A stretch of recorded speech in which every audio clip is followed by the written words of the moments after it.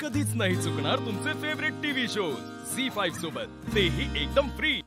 काय हो, कलियुगातल्या या युद्धात आता तो बुवाही सामील झालाय। आता हे युद्ध जिंकणं तुझ्यासाठी खूप कठीण असणार आहे। इथून पुढे तू जे काही करशील त्यात तुझा कस लागेल। आपल्या आज्ञेप्रमाणेच होईल सगळं। मग हेही लक्षात असू दे की या युद्धात कदाचित तुझा अंतही होऊ शकतो। या युद्धात जर मी आपल्या कामी आले तर हे मी माझं भाग्यच समजेन। काहीही झालं तरी यज्ञ करणाऱ्या त्या बुवा सकट नेत्राला बेचिराग कर, संपवून टाक तिला। काहीही झालं तरी यज्ञ होता कामा नये। मागावर राहा नेत्राच्या।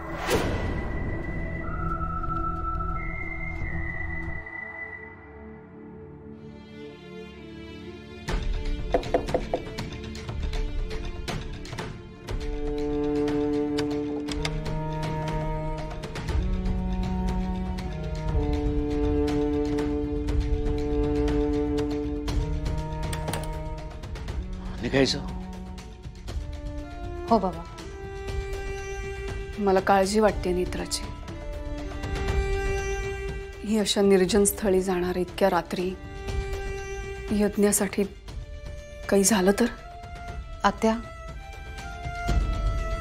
जर धोका पत्करल्याने विरोचकाचा पराभव होणार असेल किंवा विरोचक 4 पावलं जरी मागे जाणार असेल तर मी कोणताही धोका पत्करायला तयार आहे। हो नेत्रा, पण देवी आई आहे ना माझ्या पाठीशी।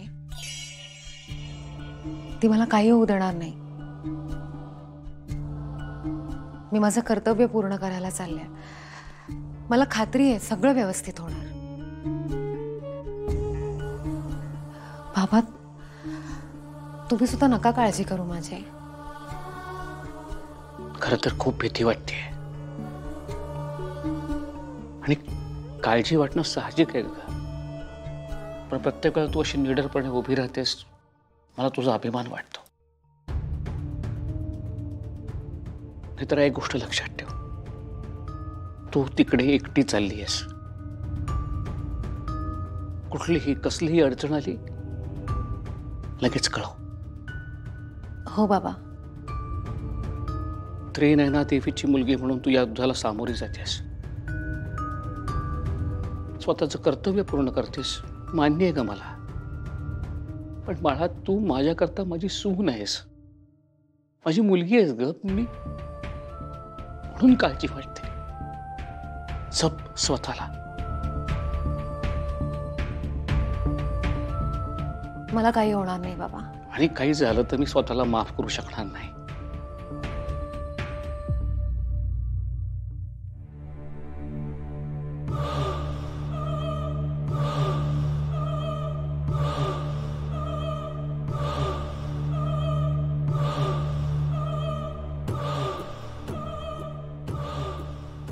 दार बंद आहे म्हणजे हे सगळे आतच आहेत।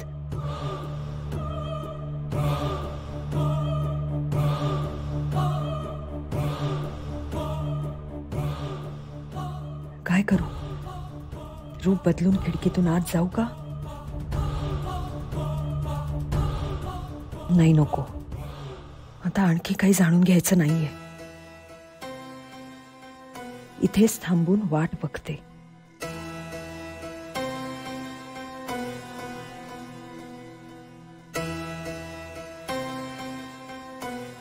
निघूया।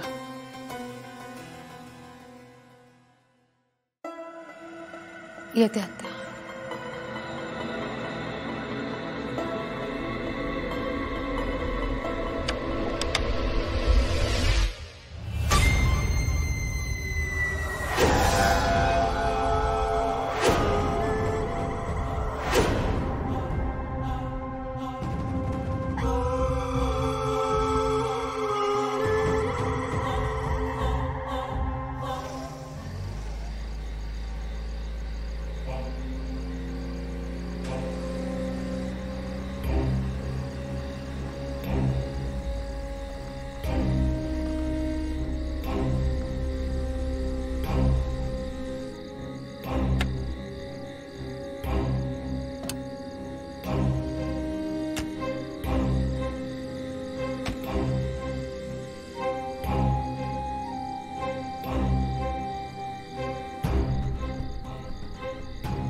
बाबा इथे नेत्रा, बुवांना शोधायला मी जेव्हा पहिल्यांदा इथे आलो होतो तेव्हा इथूनच गेलो होतो. तेव्हा इथे जंगल होतं. मागे मी आणि अद्वैत बुवांना शोधायला आलो तेव्हा इथेही वस्ती होती. पण बुवा म्हणालेत ना,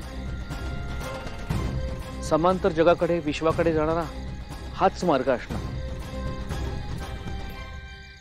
तुला इथूनच जावं लागेल.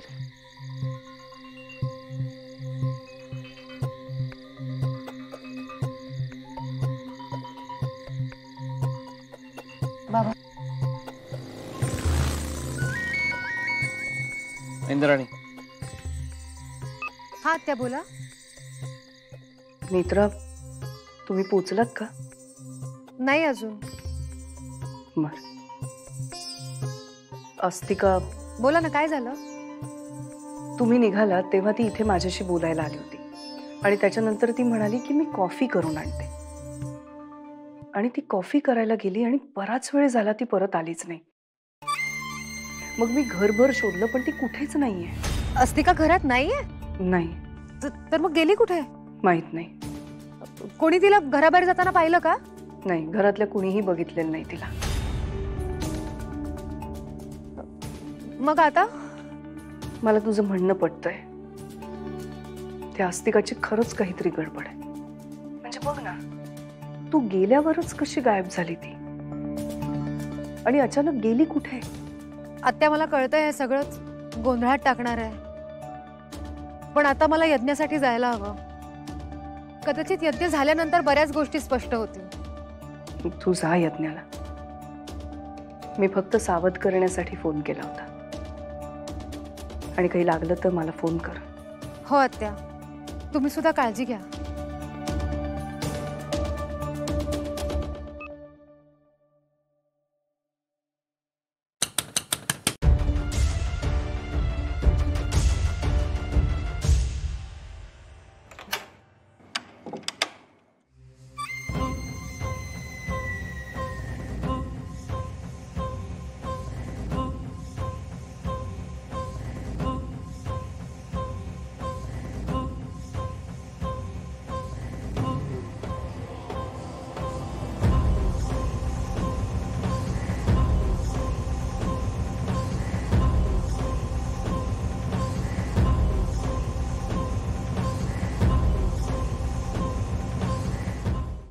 झी5 ॲप डाउनलोड करा आणि पहा सर्व एपिसोड्स एकदम फ्री.